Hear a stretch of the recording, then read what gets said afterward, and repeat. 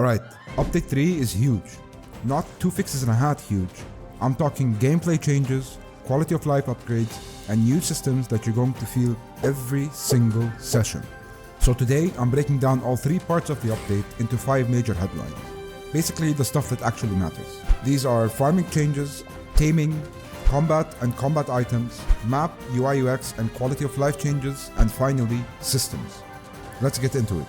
Just a quick heads up, if you like no BS Hytale breakdowns and guides, make sure to subscribe. Now, let's get straight to the point. Welcome to the Guide Log channel. The first headline here is that we have a lot of farming changes. To start, sickles were added.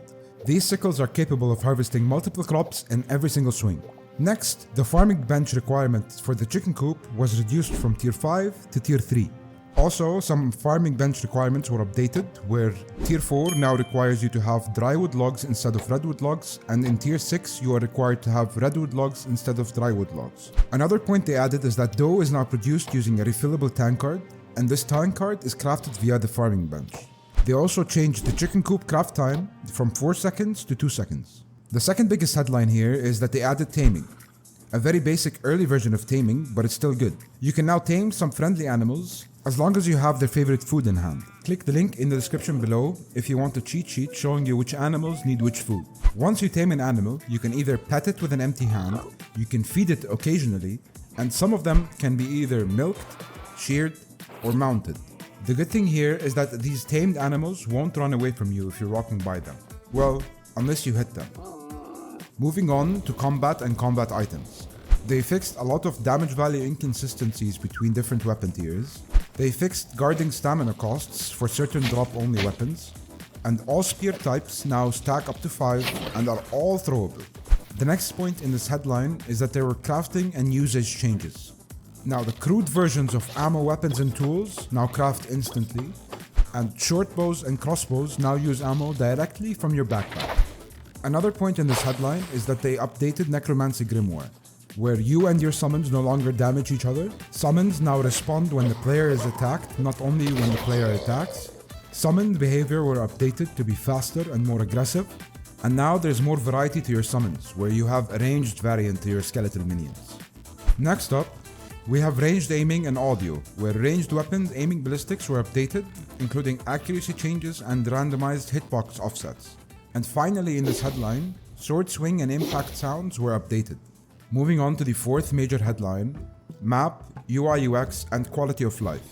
They added user-placed map markers, where you can create markers anywhere with customizable names, icons and colors. These markers are shared with other players if you are in multiplayer.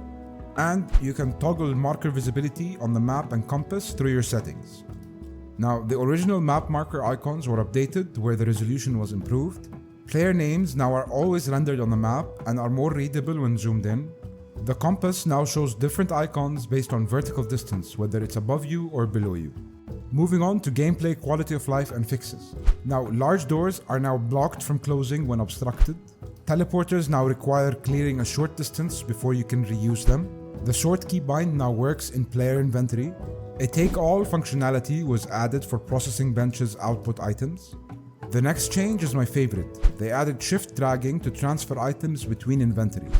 Minecarts no longer move when they are stuck.